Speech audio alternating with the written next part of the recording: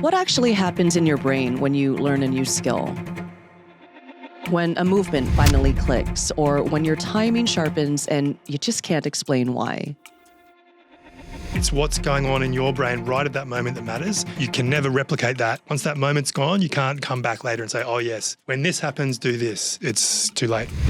But you said it's different from consciousness. It's a mind trip to me when you say that. Your brain is doing a lot of work, your conscious brain's supervising it, but most of the details is all below consciousness. Today, we're going inside the system that makes all of that possible.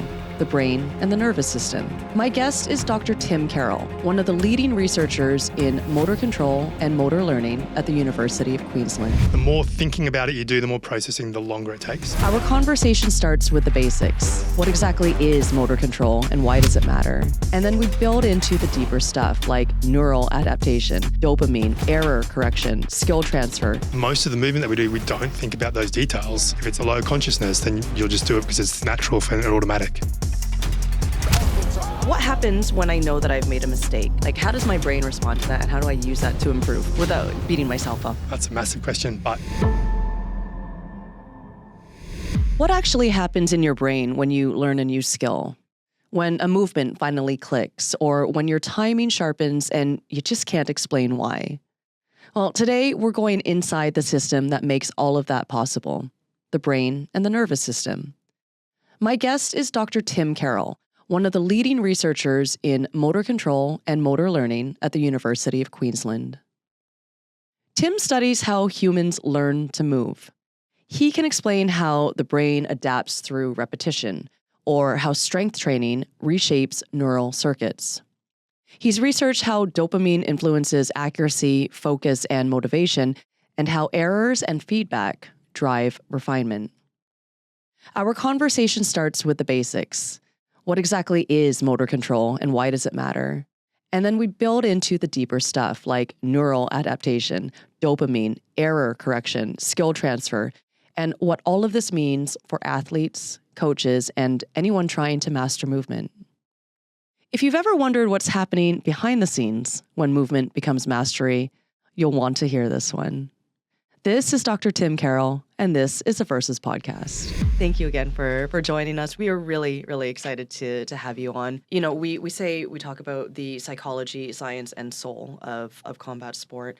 And today's episode and today's discussion, I think, is really going to open up a lot of eyes to the science, particularly the neuroscience, right, and the motor science? Yeah. Did I say motor science? Yeah? yeah, motor control, Motor I would control. say, is what I studied. Okay, So, okay. So we start off each episode with a signature question. Yep. When our listeners finish this episode, what's the one thing that you hope they'll see differently about the fight, whether that's in the arena or in life? I would say that a lot of the work that goes on to make your movements happen is below your consciousness, that you will never know anything about it. And so you can't learn it or train it or whatever by thinking about it as sometimes some of the things that we do. It has to be through repetition and subtle rewards and things like that. Okay, we have a lot of questions on repetition.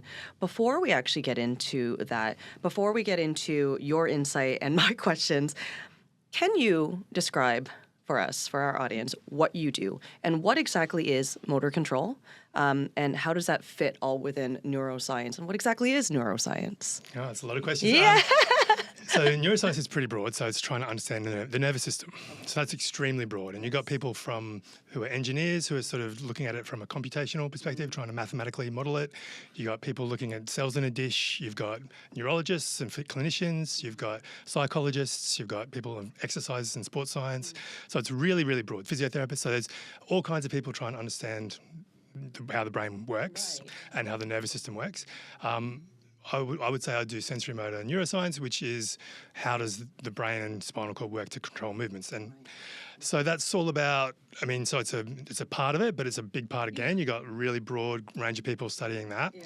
And the way I think about it, I'm sort of maybe in between people who think computationally and people who study, actual neurons in individual neurons and things like that. So I study humans. I don't use any non-human animal work, although I rely heavily on it for my understanding. And I do a little bit of modelling, and I do a lot of behavioural and some sort of neurophysiology type work. So I'll stimulate the brain and measure responses. I'll stimulate muscles and measure reflexes.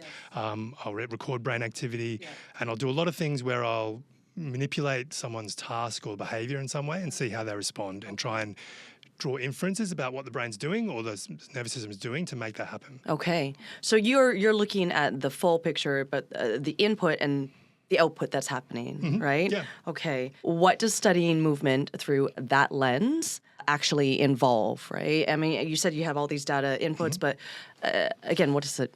Yeah, so I can give an example of one project we're doing at the moment, right? So we're really interested in how the nervous system works together to control really fast, visually guided movements. So something just pops up, or you're going to catch a ball that suddenly flies at you. How do you coordinate your muscles to get your hand in the right place and catch it really fast? Okay, so like for our audience, how do you put your guard up before a punch comes? Absolutely. Yes. Yeah, Okay. Exactly. Okay. And so you have to think of all the steps that need to happen to make that happen. So has to hit your retina, your eyeballs, and then it has to go into your brain somewhere, and eventually you have to contract muscles. Somewhere in your brain, somewhere. Yeah. Okay. And so we're interested in where it goes and what those bits do. Okay. And so the project we're doing at the moment is sort of a little bit revolutionary, I suppose, in some ways, to think about. We think that lower parts of the brain, like not the new part of our brain, that's the squiggly bit around the outside that everyone thinks of the brain, is the cerebral cortex. But simple animals like a frog doesn't have one of those. It just has the brain stem. So that's a really old part, evolutionary, and that still is really functional. Frogs can make good movements. They can catch flies, all that. So we think that old part of the brain is much more important. And so we're doing experiments where we literally a range of experiments. So one of them is we just get people to reach at a target. So we'll pop up a light and they have to quickly go to it. And we'll measure the activity of their muscles as they do that. We might stimulate their brain at different times and measure what the connection between the brain and the muscles while they do that. Right. And another experiment of it is, instead of just making reach movements, we might actually look at someone actually catching a ball. So we'll shoot a ball at someone. Could be left, could be right. You don't know which side it's going to come. And then we measure exactly when it becomes visible and when they start their movement, and we can record the timing and the pattern of muscle activity as they do this, and we can draw inferences about which parts of the brain are involved. Oh, how cool. How cool is that? Why is understanding that kind of, all of this data and motor control especially, why is that important for athletes and coaches? Or anybody who's training their body? They don't even need to be a competitive athlete, right? Yeah. Well, I think there's lots of reasons. I mean, the biggest one is from what I said at the beginning, which is, I think most of what's going on in terms of your control is below your consciousness. And what we think is this very old part of the brain is doing a lot of the work to do all the coordination of every muscle and the timing of those muscles, and converting a visual bit of information somewhere in your visual field into the right muscle activations. Right. So what's your conscious part of your brain doing? It's setting the stage for that. It's like not every time you see a light do you want to move your arm to it. Right. Not every time you see someone do something do you want to respond or guard. So your conscious brain is guiding that and controlling that low part, but it's the low part that does the details, right? We think. Okay. And so I think that's really important if you're thinking, right, I want to get someone to coordinate their punch or kick better or whatever. Well, you probably can't just tell them what to do, right? And expect them to do it. My coaches want that to happen. But Well, but it doesn't always happen, even after years. Yeah. So like a little experiment I give my students, right? You say, all right, let's think about, I want to, get a friend and say, I want to sort of treat them like they're a robot and instruct them how they have to move. Okay. So if I say to you, I want you to touch your ear, you can do that. I can touch my ear. Clearly, yeah. Okay, so now I say, you tell me to do something, but I want you to tell me to do it, but only just by telling me which parts of my body to move. Oh gosh, okay. Bend your right elbow and use your index finger to touch your lips. Yep. Okay. So you cheated a bit at the end, but you would have to say. I was like, wait, I think that was move your finger to the middle, move your finger back. So many other steps in there. So the actual process of what has to happen to make something as simple as touching your ear happen. There's like multiple muscles, multiple joints of it's really, really complicated, right? And robots they're getting better, but they find it pretty hard to do. Right. And people find it hard to control them flexibly. So all of that stuff happens below your conscious control, right? So if you then start throwing on, all right, I want you to do it, but I want you to, bend your pinky at the same time, like you'll do it, but it's going to change the way that your conscious brain is influencing the low brain. Right. And maybe it changes the way that you execute, and it might change the way you respond to things rapidly. So there's a lot of things going on, I think, that you need to be wary of giving people too much conscious thought. Oh, okay. I mean, that could be just overloading, right? I know too, sometimes when I'm trying to perfect a move, it's just like, you got to move your foot forward, then turn it like this and turn your hips this way. And don't forget to swing your arm. And there's just almost too much to compute there, Absolutely, right? And, my body wants to do what it wants to do. Yep. Yeah, absolutely. Yeah. Okay. So yeah, you've got these patterns of activity in your brain, and people call it muscle memory. Really hate the term myself. I have a question about this. Because you don't have memory in your muscles, right? Everything's in your nervous system. That's the thing. Yep. Okay. But it's the same concept, right? Because it's expressed by your muscles. I see. And you have very rigid, if you like, patterns of doing things. It can be very hard to break out of habits. Yes. And so, and that's because, we have certain ways of setting up the systems, and you give the same input, you're going to get similar output. And it's hard for us to consciously break that because it's not the part of the brain, not part of the system that's doing the job. So the trick is obviously to find ways to alter that low-level system. Okay. And sometimes, telling people can help, and it's maybe the only thing that works in some cases. But I guess these learning designer people that I mentioned would tend to try and do it by modifying the environment or the task constraints. Oh, interesting. Okay, let's table that for Yep. a minute. Muscle memory, I did. Yeah. I actually had something in here. We say muscle memory. It's really the brain, right? And how are these two actually working together? Mm-hmm. It's not your muscle. No, I mean, I'm really interested in muscles because they constrain how we can control, right? They've got certain properties that they're very slow to relax. They're quite slow to turn on. If you were sort of building a robot with a human muscle, you would like that to be terrible because it's so slow to start producing force and it's really slow to turn force off. And it's different every time because you get fatigue, you get potentiation, you got all kinds of things going on. So it's a really hard, actuator to work with, but it's what we have. And then if you don't understand its properties, you can't really understand the way that the system has to control it, because the ways that, you would control a robot with perfectly consistent and quick and strong actuators is different from how you can control a human or a biological muscle. Let's talk about, because we talked about technique or learning new skill. What exactly is happening there when we're learning something brand new? There's a couple of things probably. So it's probably nothing that's brand new. So in the sense that we've done some kind of movement that we're going to draw from. Yeah, okay. So what I probably think is going on is you're kind of trying to find the most similar type of thing that you've done before and then start from there and then shift. I see. You're accessing something that feels similar. Yeah. And then you're adapting that? Yeah. Okay, so that's neural adaptation. Mm-hmm. Is that right? Yep, okay. Absolutely, yeah. All right, so what exactly is happening in your brain while you're adapting neurally? Yeah, sure. I mean, at a cellular level, you're changing the connections between different neurons, right? So you're strengthening connections between some and weakening connections between others, and that then allows that group of neurons to produce a different output for whatever input it's getting. Okay. And you, Tim, have seen this. You see this in the data. You see this in the mirror imaging, or what is it that you're... Yeah, so I mean... How can you see this? Yep. So, I mean, I don't study individual cells, but I have studied, so for example, a long time ago in my PhD, we were interested in strength training and why people get stronger, not just because their muscles get stronger, right? So there's a neural component to getting stronger. Yeah. You learn to drive your muscles better, stronger, more effectively.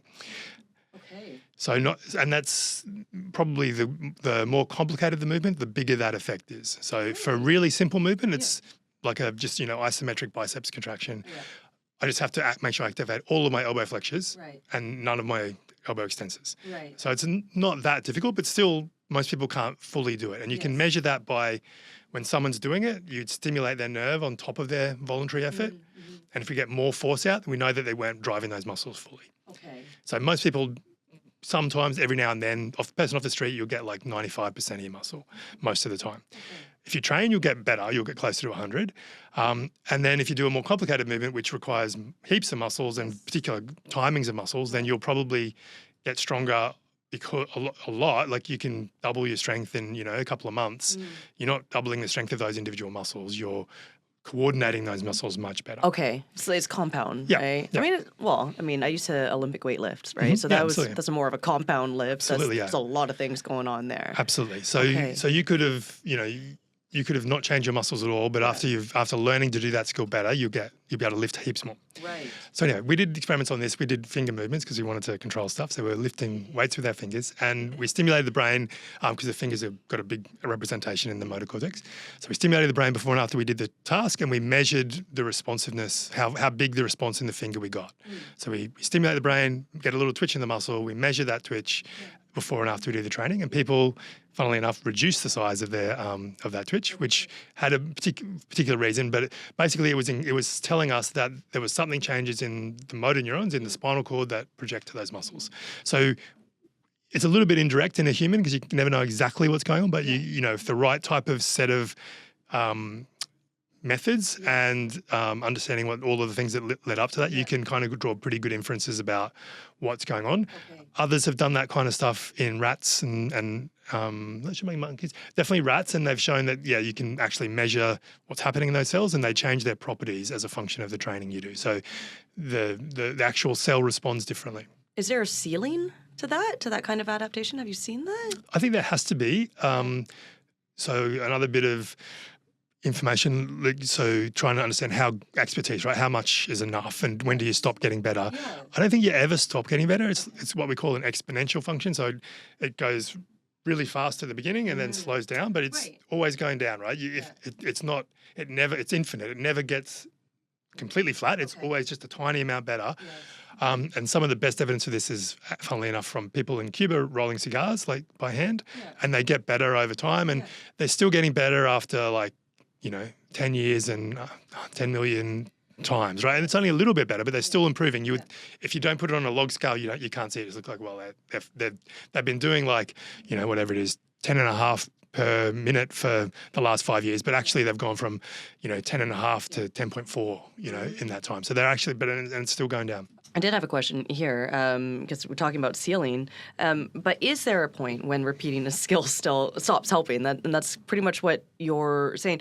But what is that, and why is that? Is it because you just need space, or is your muscles just kind of going, all right, there's just no more room for this, or I can't go any faster? Or I guess it depends what you're after, right? So when you're trying to repeat a movement a lot, when you can do it to some extent, what are you trying to perfect? Yeah, that's true. What's the goal, right? So, sometimes, okay, let's just use my kick, for example. Mm-hmm. My coach just be like, let's not use your kick. But, some days it's like, okay, there needs to be more power. But then I know I need to lift my foot up faster and swing my hip faster too. So then it's more speed. Yep. So then it becomes speed and power. But then it's also am I actually hitting on target? There's so many goals actually there. So there's always something there, I guess, to improve on. Yeah, and I guess you also think, well, what am I actually training? If you're lifting weights, right, it's reasonably constrained. You know what you're doing. Like the movements, the bar's on the ground to start with, and you have to get it up there. It's reason. But if you're interacting with somebody else, it's completely different, right? So the situation just before you execute your movement is a little bit different, even if you're just seeing something different. The history of what you've just done with your body is different. What you're planning to do next is different. So all of these things influence the way that you will control that movement. Right. And so you might think you're repeating, but you're probably not. Yes. What you're probably doing is giving your brain and nervous system a little bit of a little different look at something every time, right? So, and I think that's what expertise is, that you can be good across all these different conditions, even though they're a little bit different every time. And you've got what I think about as an internal map that kind of is really rich, that no matter if you're in this starting position or that starting position or this starting position, you can execute a really good movement irrespective. Right. And so I think that's why, and that's all subconscious, right? You're just thinking, I'm just kicking, but you're not even picking up what's subtly different. Yeah. But your brain is, and your brain's experiencing that, and it's learning from it every time. Is this why you said earlier that you would change environments? Mm-hmm. Absolutely. I see. So because it's different stimuli, right? Yeah. And even like you can be quite purposeful about it. Okay. And so you can say like, all right, I think I need to turn my foot out more before right? So you could physically put something there that forces you to do that without telling you to do it, right? Yes. And sometimes generally people think that when you learn that way without thinking about it at all, but it just, for some reason you're constrained to do it, it's more robust and it sticks better and it doesn't break down under pressure as much. Right. So when you have to think about it, if you're distracted or you're in pain or whatever else, it's much harder to remember it and to do it. Exactly. But if it's inherent and below consciousness, then you'll just do it because it's natural and automatic. How do you go below consciousness? Well, as you said, like you touched your ear before, you didn't think about it. You didn't think about which muscles you need to contract. And that's the whole point, right? So most of the movement that we do, we don't think about those details. So if you're learning something hard, you don't want to do it by thinking about the details. If you can, you want to try and do it by, flowing. I was going to say flowing. Sue would be very happy with that word. Yeah. Well, yeah. I mean, but doing something that's, exploring, right? And constraining yourself and seeing what happens and then, that was a good one, and try and do whatever you did then without really breaking it down, right? And that may be antithetical to what, obviously a lot of coaches, they want to have control, right? And they want to be able to say, I know what you need to do, here it is, do it. But I think it's possible sometimes to find ways to guide someone to that without explicitly telling them and making them think it through. That's true. It's kind of being okay with experimenting or feeling something different, right? Because I know sometimes, maybe 2 times out of 10, after my coach says all these cues, 2 of those kicks will feel and they'll sound different and they'll hit different. I can't replicate it every time, even though I'm thinking about every cue that he said, right? Yeah. Or like in Olympic weightlifting, right? It's just, those small little movements about where my feet were, where my weight was, how fast I got under the bar. Like, you can't always replicate it. So sometimes you just have to be okay with feeling it, right? Or feeling that difference. I mean, there's probably some things that you can't just be completely reflexive, right? You have to have some strategy. You have to have some, things that you're thinking about doing. But if you can avoid thinking about the little technique details, I think you're going to be better at your strategy, and your technique's probably going to be better if you've learned it well enough that you don't think about it. You never have. Okay. So, let's talk about correcting and feedback then, because we're already on this train of thought.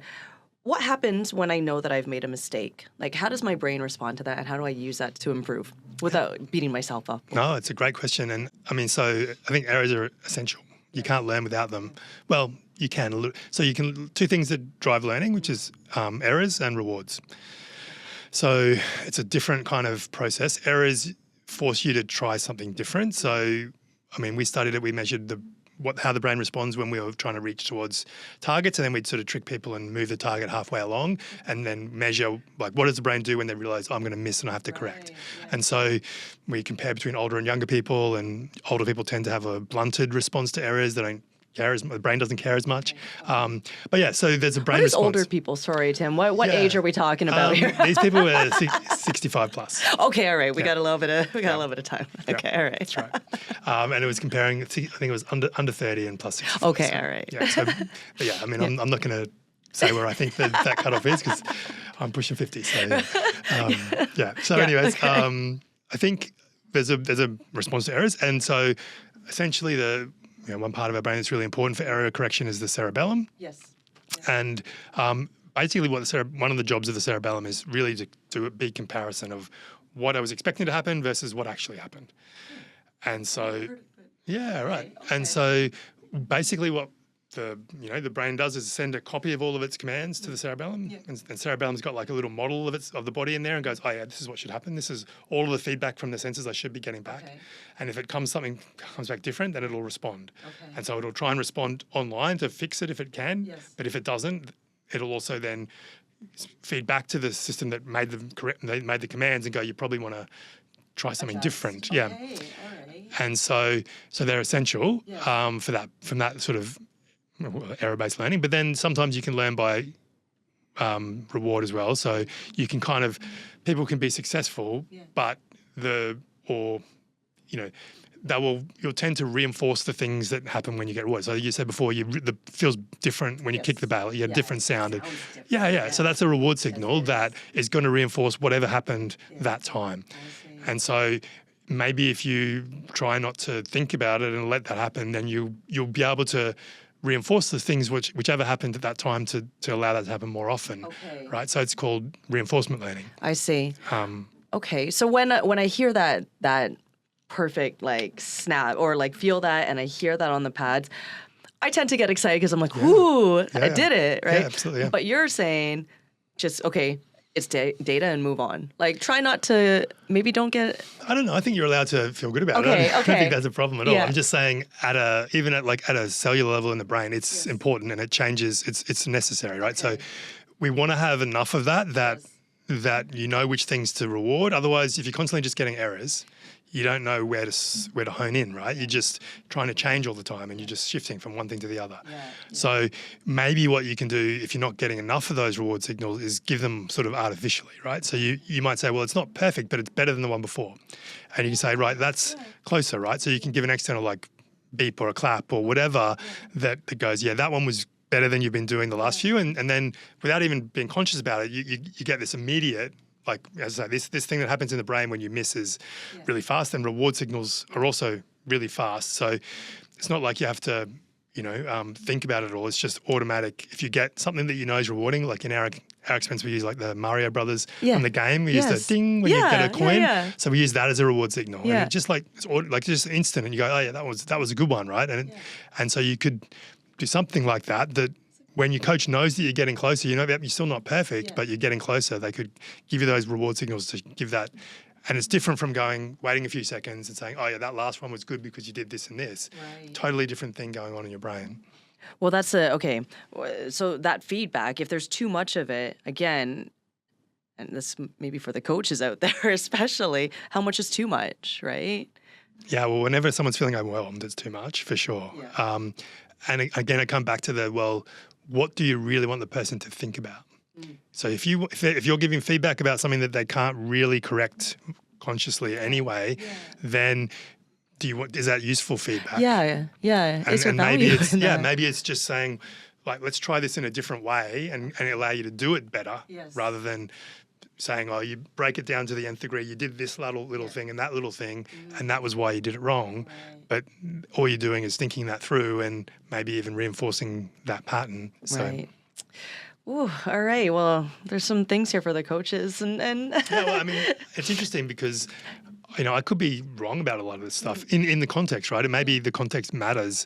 And but I think, so I wouldn't and I'm really always really conscious that when I talk to people from a different sport that I try and acknowledge that people are doing this for a long way. There's probably a good reason for it.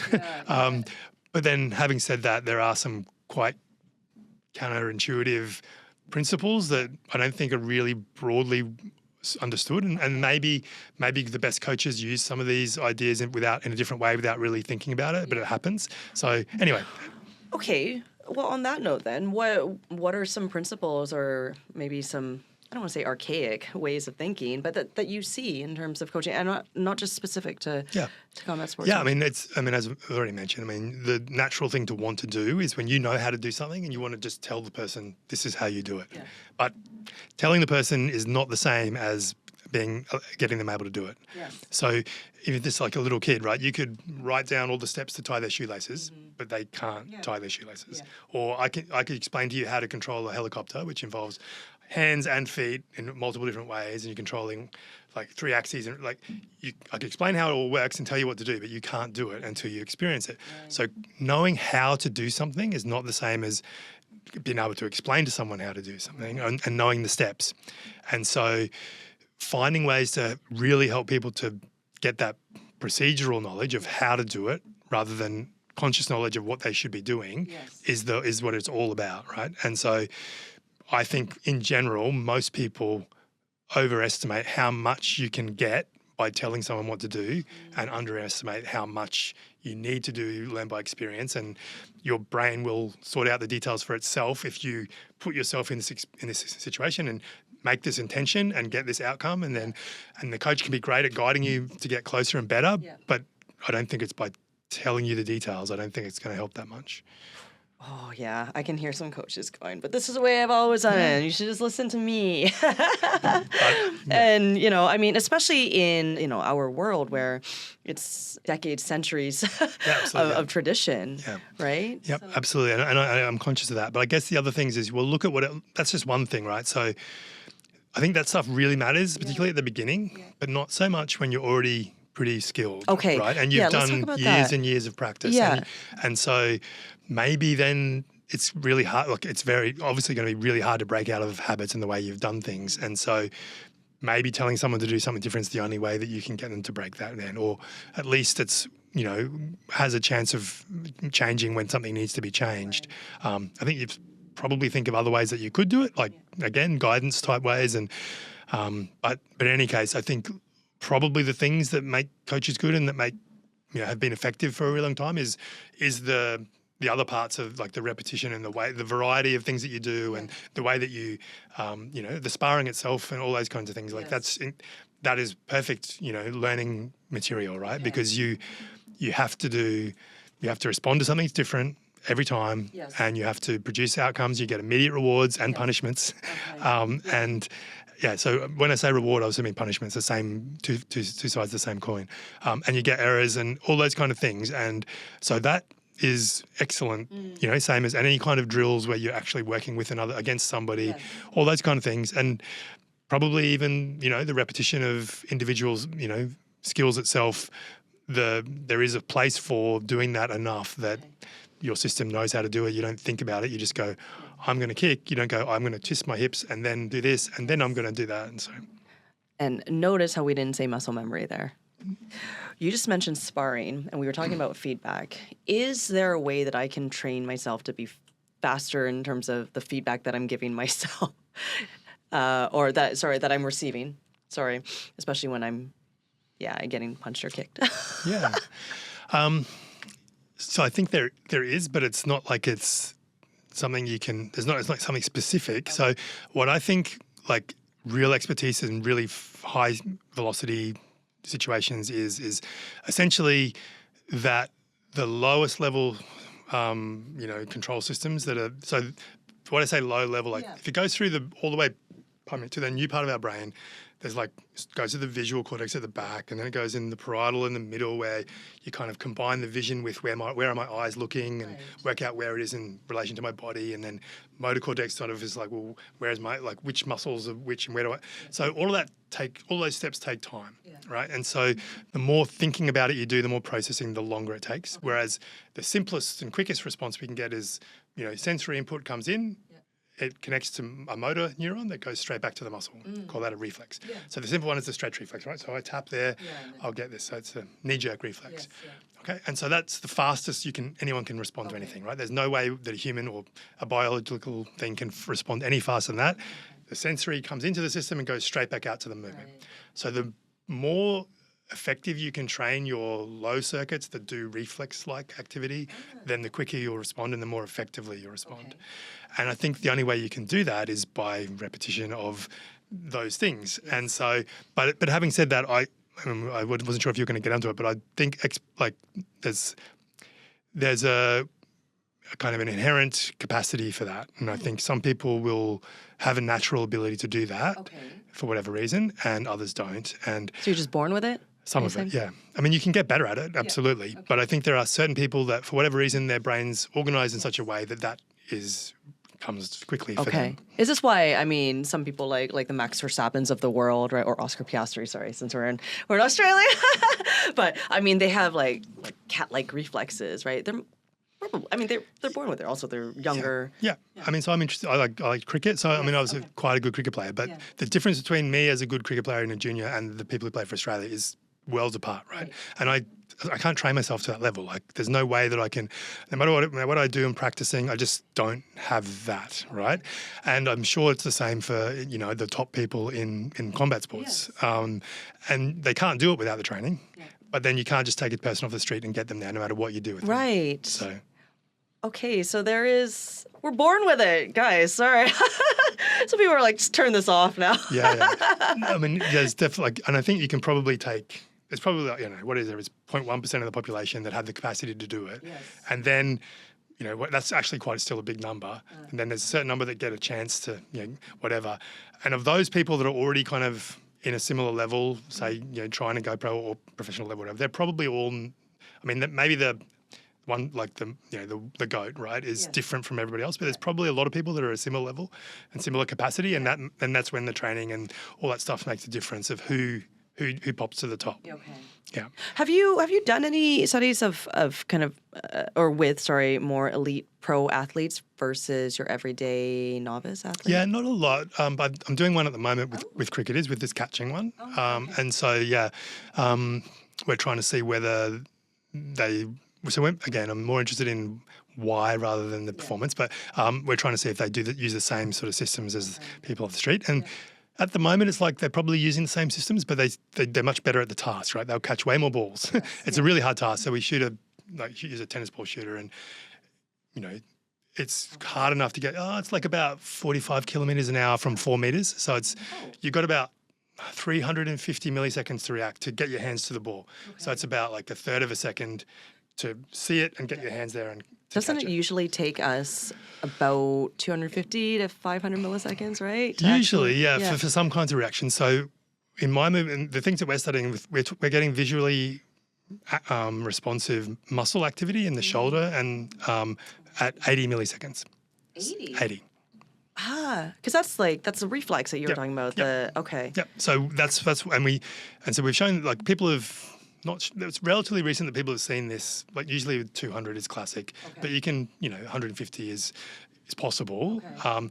80 is really surprising, so it's very unlikely it's going through all those slow steps. So that's one of the reasons we think it's subcortical. Okay. And then so it's 80, and then but then it's also like coordinated. So it's not just one muscle; it's all the muscles you need to move your hand there in the right pattern of coordination. So it's like.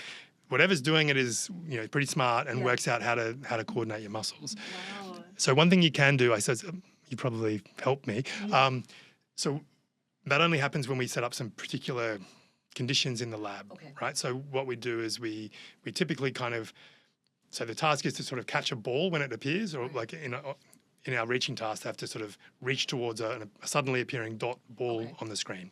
And so the ball will start off at the top of the screen, it'll fall down, and then it'll go behind a little barrier, and it'll pop out one side or the other. You're not sure which side, right? So, and the reason that we do that is because it means that the person can get a really accurate picture of when that's going to happen. Not which side, but when. So they know exactly when this is going to happen. So the conscious brain or whatever is going, okay, get ready to do whatever comes out. You better be ready now to release that movement. And people have known that you can do that for a while. Like if you're just on a starter's gun in the Olympics, you've only got one thing to happen. There's no choice, but you respond to that. And you can get, I think it's 100 milliseconds is the... Maybe 110 is like if you do it more than 100, earlier than 100, then they call it a false start. So we're even earlier than that.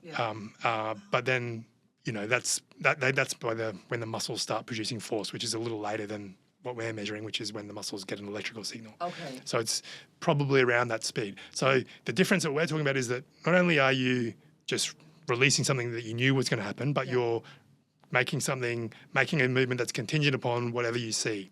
You weren't sure if you had to activate this group of muscles or that group of muscles. And I think that's really similar to what you have in a fight context, right? So you have to, so one thing you have to be really good at is predicting when, and if we give people kind of advanced information that, okay, it's much more likely that it's going to be right than it is left, then they're going to have a much bigger response.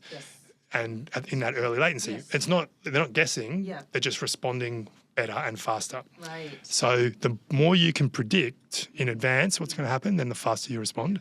So not only just the pure visual information to muscle response, but also that's important, but it's more like how can you get cues from what the other person's doing that allow you to not guess, but predict and get the probabilities right, so that then when the thing happens that you were expecting, you're faster to respond. Yeah, it's such a good point. We had a video on this. I was talking just about like that.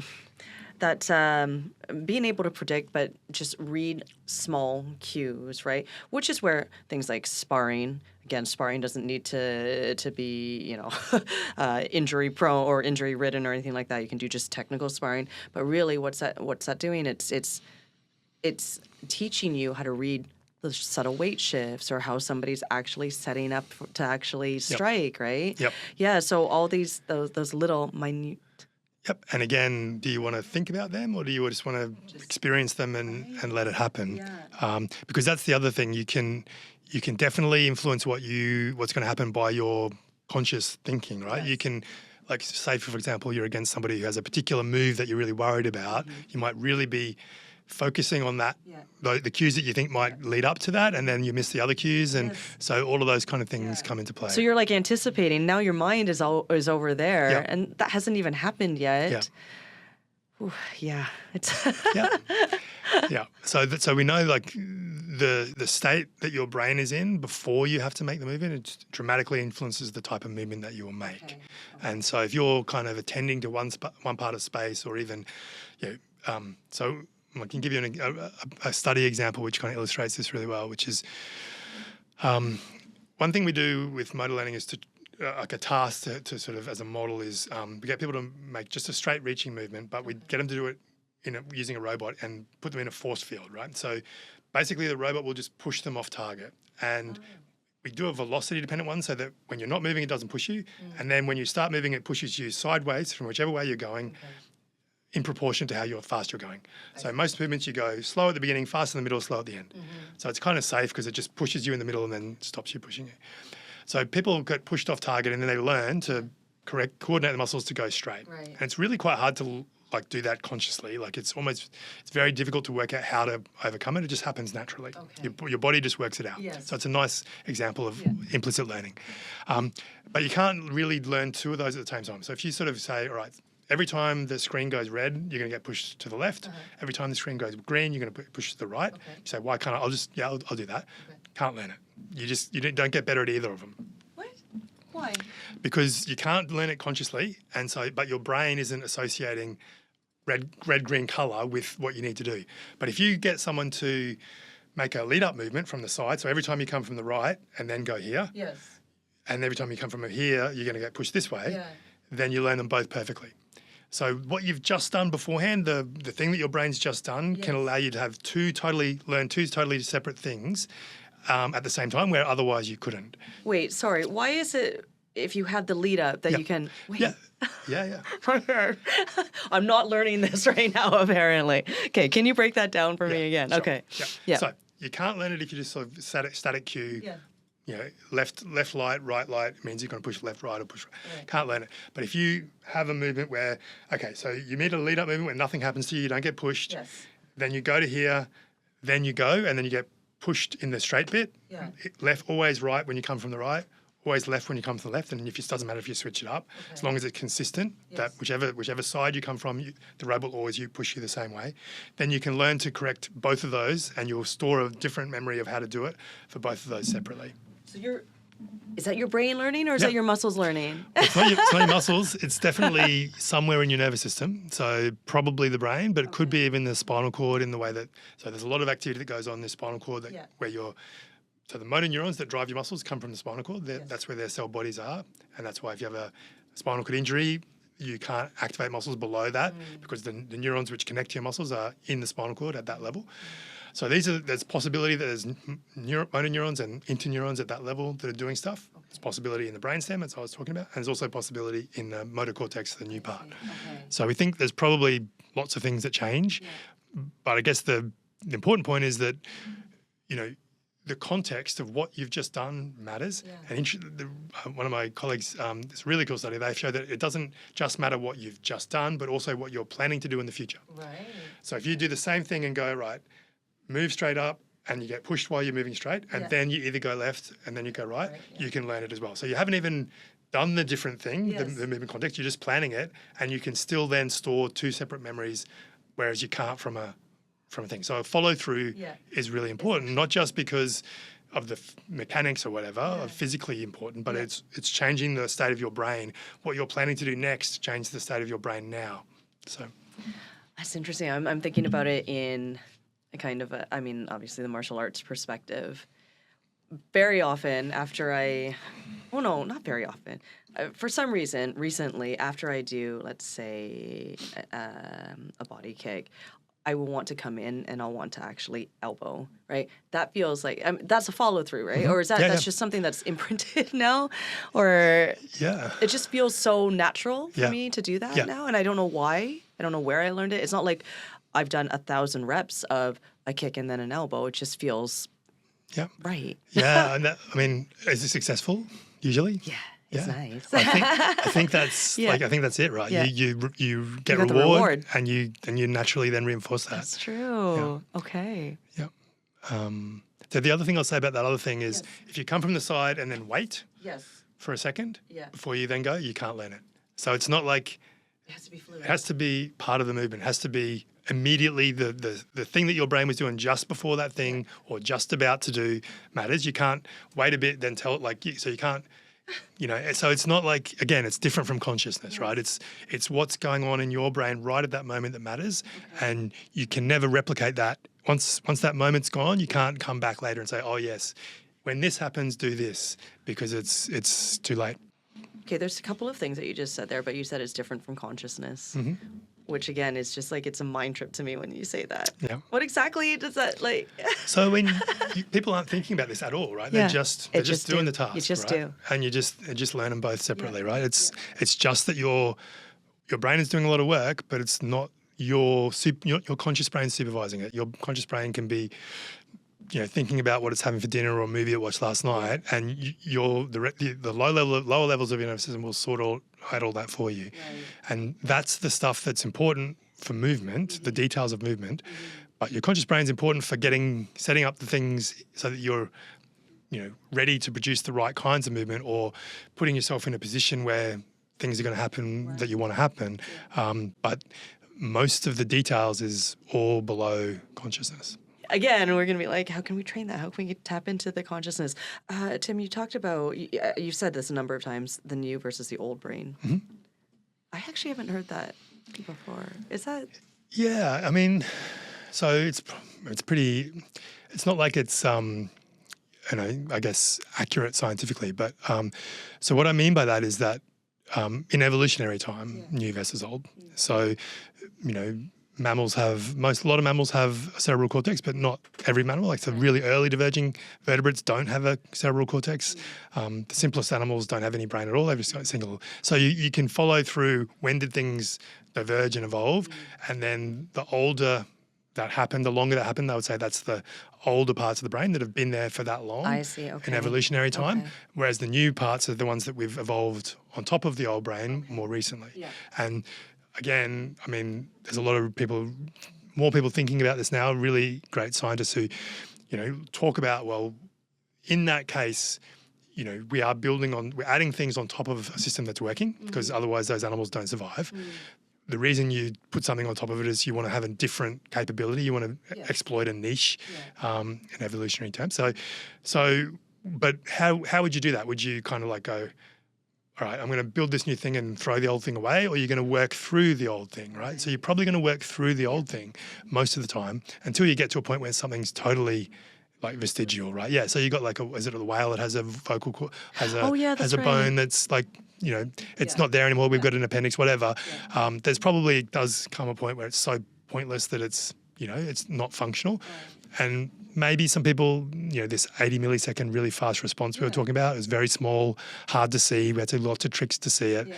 People think, oh, well, yeah, maybe it's just like it's something that's left over from evolution but doesn't matter anymore. Whereas we're thinking, no, we think it's really important, and we're probably working through that rather than working around it. But yeah. Okay. All right. I have a couple of questions about, how are you feeling, by the way? Yeah, good, thanks. Okay, yeah. good. Dopamine. Yep. Because I know you've done a lot of studies in that, right? What is its role in motor learning, and how does it impact, how does it impede our movement? I mean, it's fundamental to movement. It's obviously if people who have Parkinson's have a failure to produce dopamine and they can't move at all.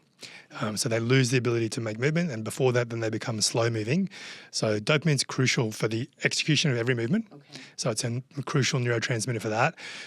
Surprisingly, like for how long we've been studying it, there's still a bit of debate about exactly how that works and what the basal ganglia are doing to release dopamine. And, you've got, and, if we have more dopamine, then we tend to have a more vigorous movement any given time. Yeah. So is it sort of selecting movements or is it invigorating movements? The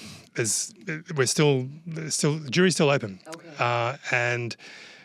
But so that's important for just as the sort of greasing the wheels of movement is necessary.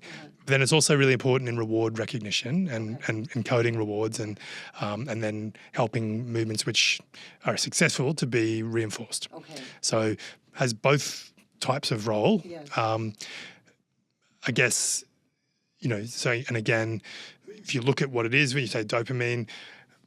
What is dopamine? It's a neurotransmitter. Okay. Neuromodulator. So it's a chemical that gets released from certain neurons and then gets picked up by the receptors on others, and it changes the way that those other neurons function in some way. And so it's important because it modulates a lot of other kind of activity between the neurons, and it helps to allow change between neurons as well. And when I'm moving, exercising, moving my body, dopamine is, I'm releasing dopamine, am I not? Yeah. Yeah. So, but the thing is so when I say, in the case of making movements happen, right? So what happens is you get a very specific release of dopamine on a very specific group of cells for a very short period of time. Okay. It's not as short as some other neurotransmitters, but it's still like way less than a second that you've got a little bit of dopamine release at that time, because you want to facilitate these activity of these neurons and not those ones. Right. And that's important. And someone has Parkinson's might take a drug called levodopa, which is a precursor to dopamine, gets through the blood-brain barrier, and then it basically there's a lot more dopamine around then. And it allows people to move, but it makes it much harder to control their movements, right? You've seen a lot of people getting treatment for Parkinson's will be sort of these continuous movements, rather movements they can't stop. And that's just because there's dopamine everywhere where it's not supposed to be, and it's causing all kinds of movements to happen. So functional dopamine in controlling movement is very targeted, phasic release, like a on-off release of dopamine in a very particular place. And then the reward, I think, is the same. Like it's, as I said, it's better if you get that snap immediately after you've done the thing. It's going to have an effect. If you wait 10 minutes and then someone tells you and you feel good, it's not going to affect the movement that just happened. Yes, yeah. So okay.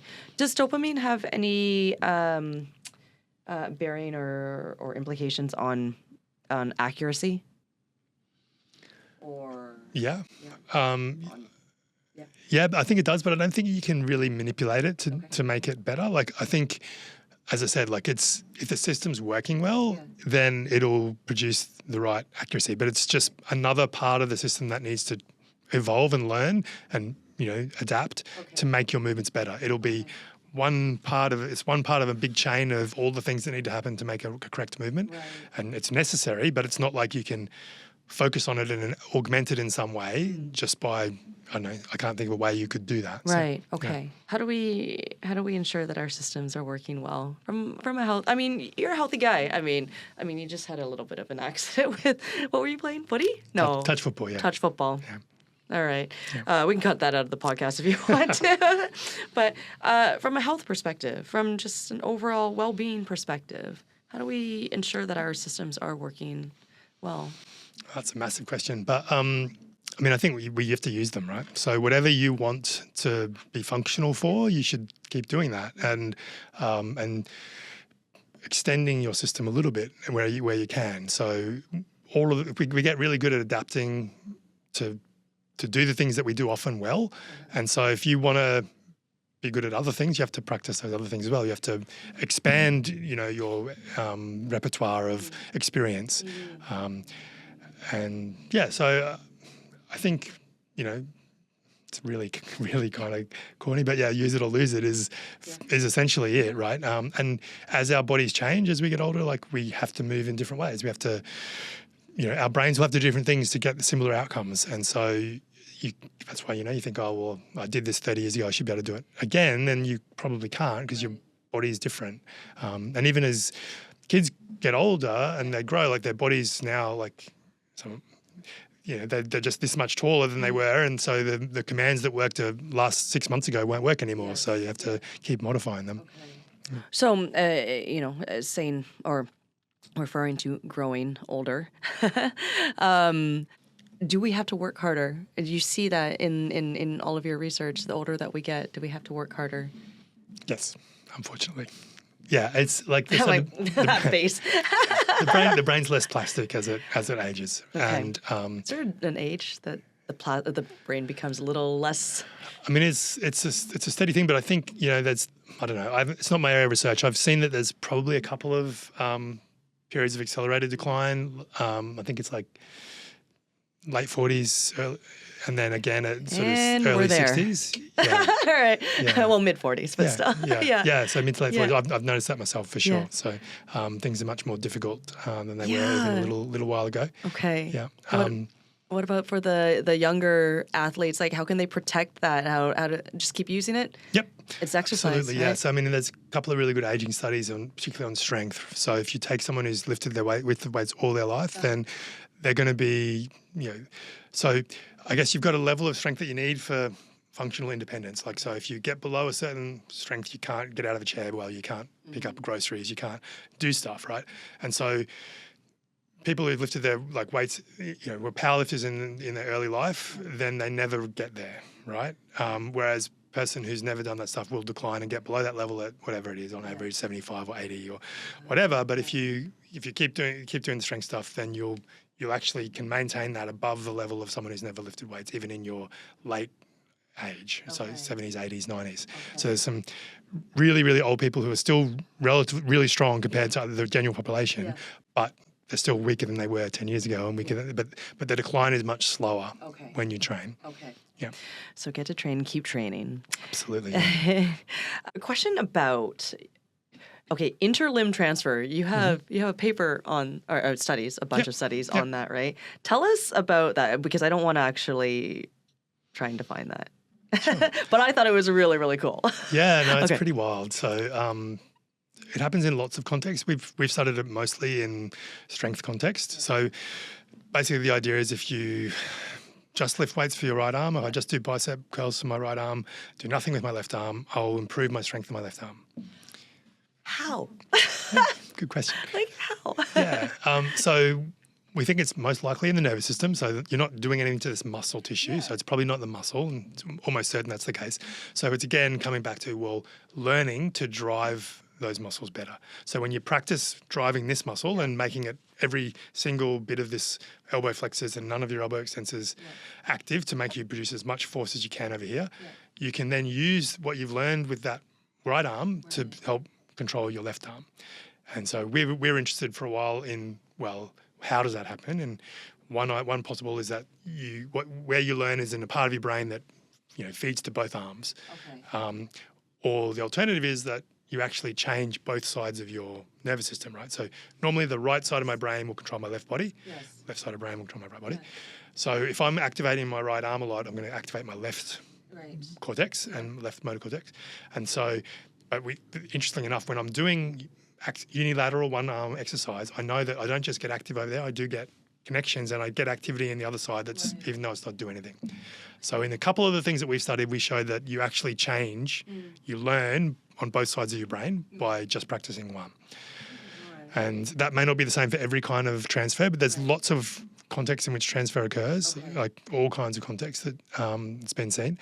But certainly for simple movements like, strength, and we did some ballistic finger movements, it seems like you get changes on both sides of the brain when you just practice one limb. Wow. I can hear our audience now, some people going, all right, so if I just think about my switch kick, then I will actually improve it. I mean, that's not visualization. I mean... Yeah, I think it's related to that. It's in the same ballpark. So even when you do visualization, you're activating some of the parts of the brain that are involved in actually executing the movement. And I think that's the same sort of thing that happens when you have this transfer. It's complicated with transfer across the limbs though, because you've got it's a bit complicated task, but you've got these things called different frames of reference, right? So I can say, I need to activate my bicep elbow extensors, right? Or you could say I need to move my arm up. And now I can activate my biceps flexors, and it doesn't move my arm anymore. So that's a different frame. Like that's the frame of reference of my elbow joint or space. And when you've got the two arms, different things happen in space. So I would say, if I activate my elbow flexors here, I'll go this way. If I activate, I'll go the other way. So there's a mismatch between some of the frames of reference when you've got one side of the body versus the other. So there's complications around when transfer is going to be effective and when it occurs. So, we did some of those experiments with force fields with transfer. Okay. And most people, there was kind of quite mixed evidence. People, whether if you practice with one, you get better on the other or not. Yeah. Sometimes you did, sometimes you didn't, and it was quite complicated. So what we ended up doing was, everyone does sort of like a movement on the flat here, right, and going like this. We flipped our machine over and made it go like this, so that now all the movements were like this, and now it's in the same frame of reference for both limbs. Like everything's the same. If you get pushed down, you have to these muscles to pull up. Right. Same on both sides, and then you get much, much stronger transfer. So when you align those frames of reference, you get better transfer, suggesting again that something in the nervous system about how you deal with this little perturbation here, you can share it to the other side, but if what you need to do is different from one limb to the other, then it's not going to work as well. So I could actually, for anybody that is injured, for example, on one side of their body, keep training. Yep, absolutely, yeah. Yep. Yeah, there is quite a few good studies with people with fractures, and if you train the other limb, you'll maintain strength in the fractured limb. And there's been people who've just got university students and put them in a cast for 8 weeks with no fracture and just get them to train the other one, and they retain much more of their strength than a group that didn't do the training. So yeah, that's so cool. Is there anything in all of your research or any big differences between men and women? Not something that I have focused a lot on. I don't think there's massive differences in the things that I look at between men and women. When you're talking about muscles and like the systems of the energy systems and all that kind of stuff, definitely.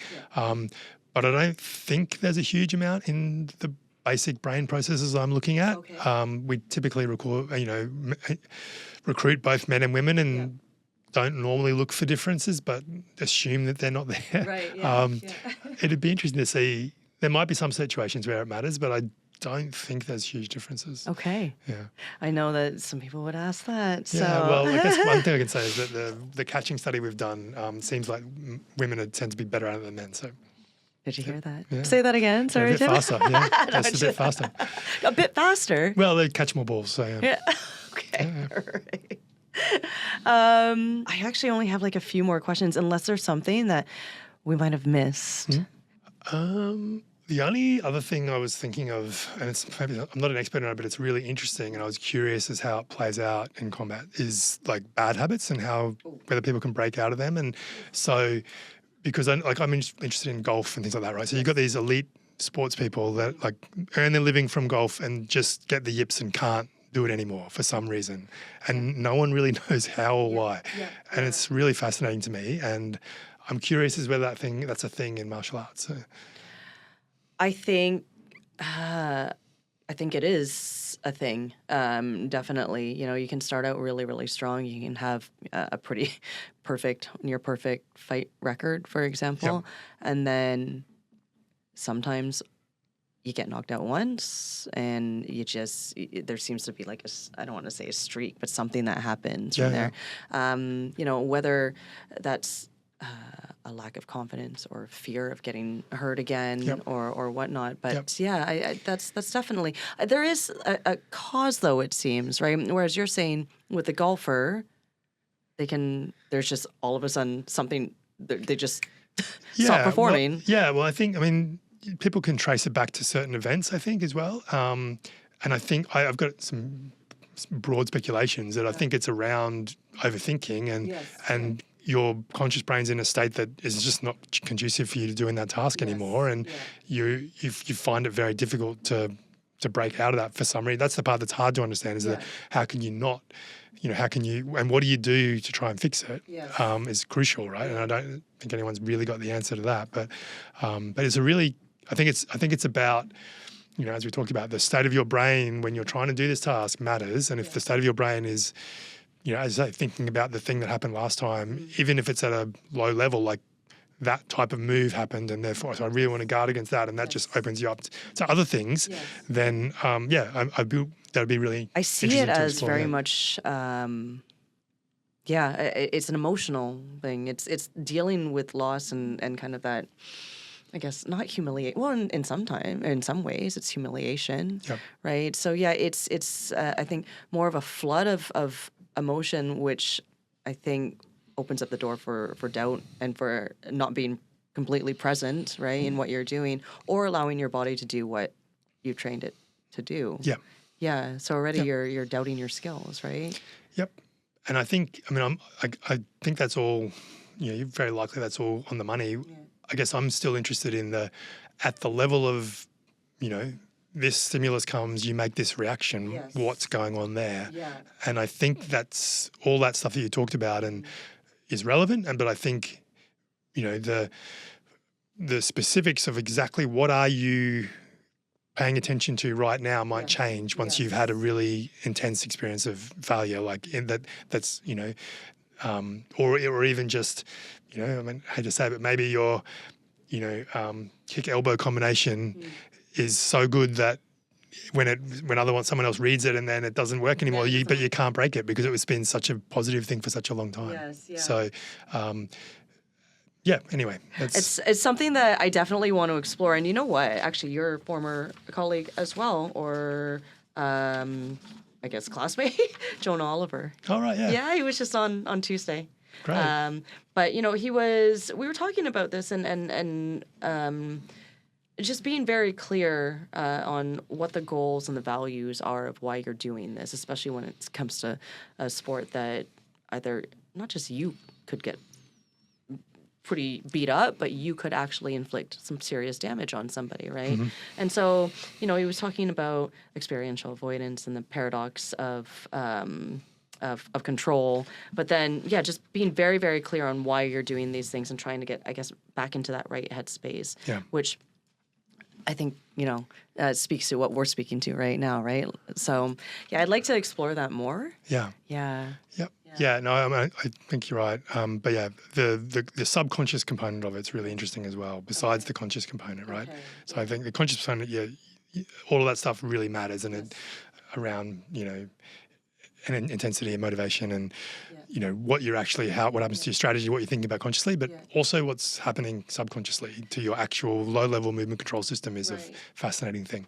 But that is affecting the conscious is affecting the subconscious, right? Yeah. Even though there's been no studies on that about how on sort of choking or on choking. I mean there is, but it's kind of difficult to study at that level. But it's also it's not that common that you get really high expertise that suddenly break, but it does when it happens. So, I think it's such a dramatic and complicated thing. It's surprising that it can be so bad that you can't fix it. Right? So, and would you want to be studied at that point? It seems more like, would it be more data or more like phenomenological, that kind of study, right? That feeling. Yeah, maybe. You could probably replicate some components of that in the lab in a systematic way. Choking. Yeah. Write this down. Yeah, because thinking back to some of the comments on some of our videos, people are asking, I lost my fight just this weekend. I don't want to go back, but I want to go back, but I don't want to go back. They're torn, right? Yeah. So I think maybe if you can understand the low level stuff a bit, you might be able to regain a bit of the high level confidence. If you know that, okay, this is why it's like okay, I lost 2 fights in a row. Yes.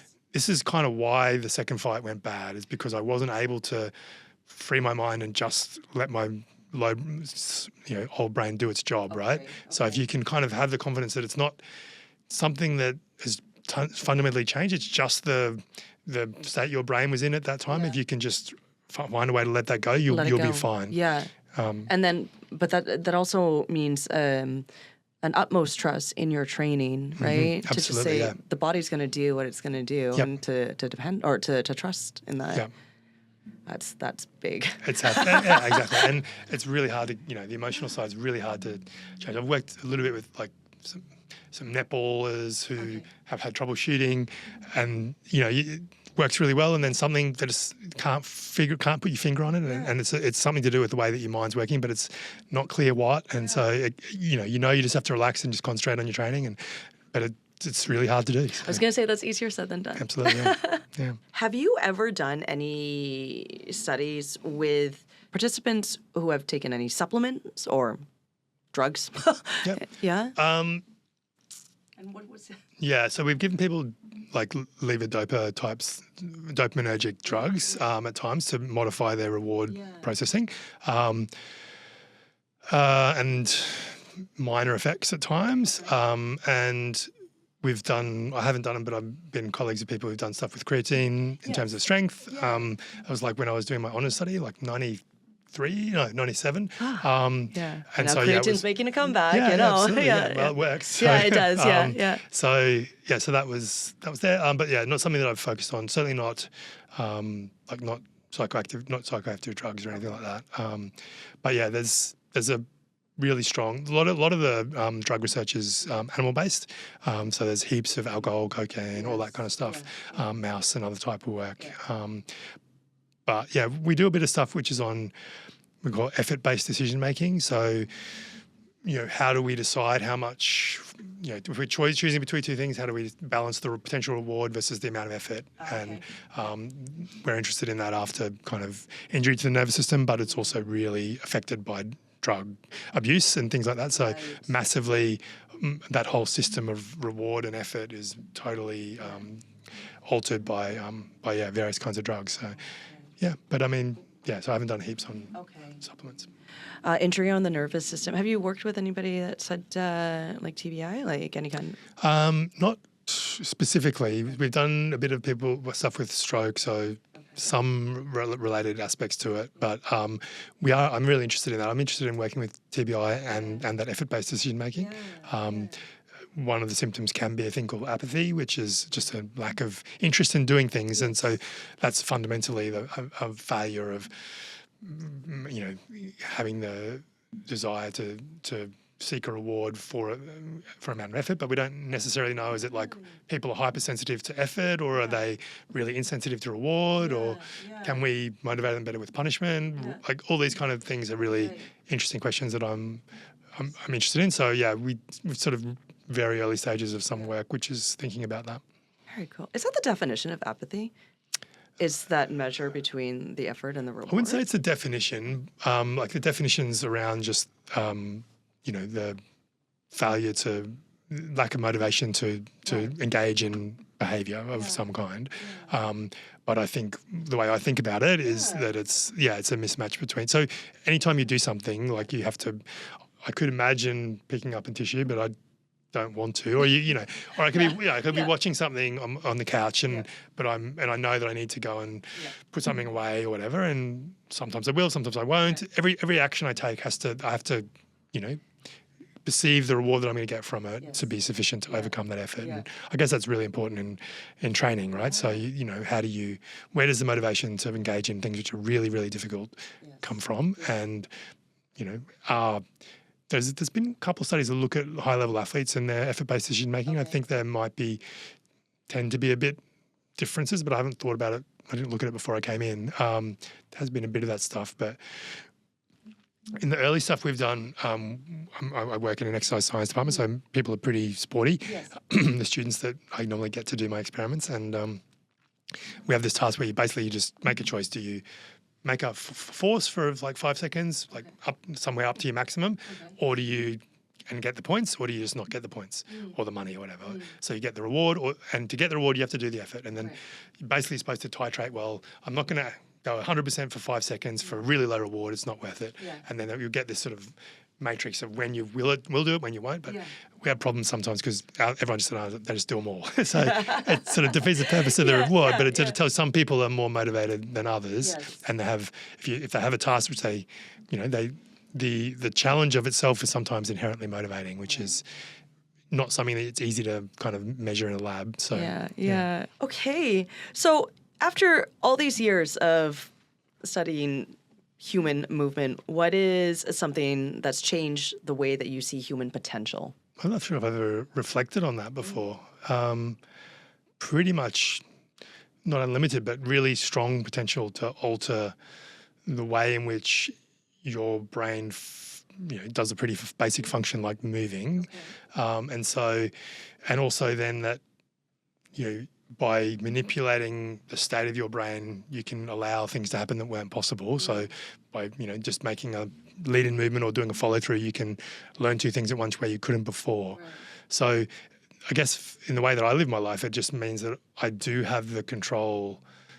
I can control the thoughts that I have, which then allow me to get my brain in a particular state when I want to do something, right? So I guess it just means that when you're purposeful about, the way that you want to, or have your brain working, you don't have to necessarily be, a slave to everything else that's going around, right? So you can take a situation and frame it differently. You can all these kind of things, and I guess all of the work that I've done kind of illustrates that to me in a really concrete way. Whereas in psychology, like you think, oh yeah, that's just like it's therapist talk or whatever. But I've actually seen it work in practice that I can measure in very concrete ways, and I think that's really brought it home to me that the way that your current brain is operating and processing stuff right now will influence the way that whatever I do, what outputs there are, and that if that's in the emotional sense as well, I can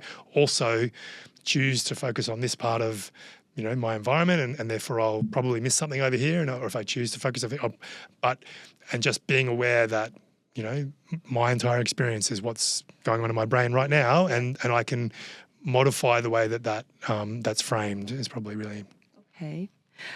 This might be kind of a similar question, but this is actually our signature closing question. Okay. Is after all your years of studying, what truth has this journey revealed to you about yourself? Oh, well, I got a bit there already. I know. I was like, shoot, I went there a bit. Yeah. Well, the other thing it's made me learn about myself is that, I'm motivated by understanding how things work, and I don't care as much about individual outcomes.